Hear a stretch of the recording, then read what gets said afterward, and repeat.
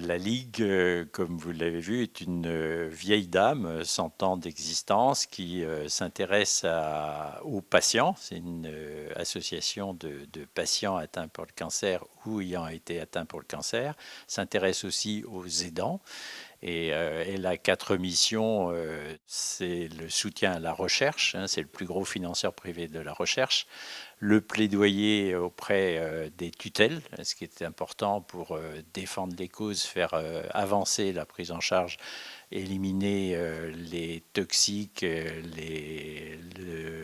dans l'environnement, etc. Et puis ce qui nous intéresse aujourd'hui, c'est prévention et dépistage et aide aux patients. Comme vous le savez, le cancer est en augmentation et en augmentation chez une population qui est importante au travail.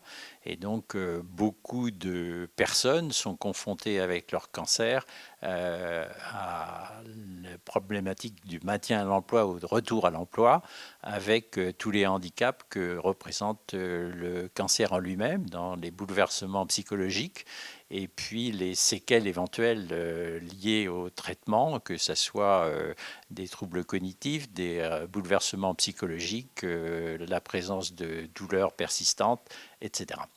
Donc ce qu'on veut essayer, c'est d'aider les patients à se maintenir dans l'emploi ou retrouver un emploi et trouver des solutions à ces problématiques.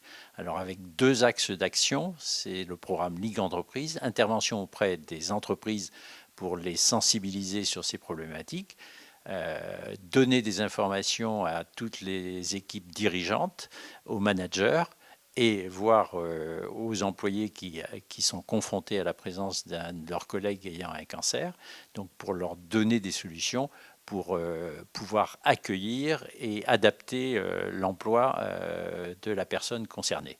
Et puis l'autre versant, et bien entendu, c'est d'accompagner les personnes qui sont touchées par le cancer pour leur dire qu'ils peuvent s'épanouir dans la reprise du travail, qui est un élément essentiel, ou le maintien du travail, et leur apporter de l'aide sous forme de coaching individualisé. On est ouvert à toutes les collaborations, et aussi bien les entreprises publiques et privées.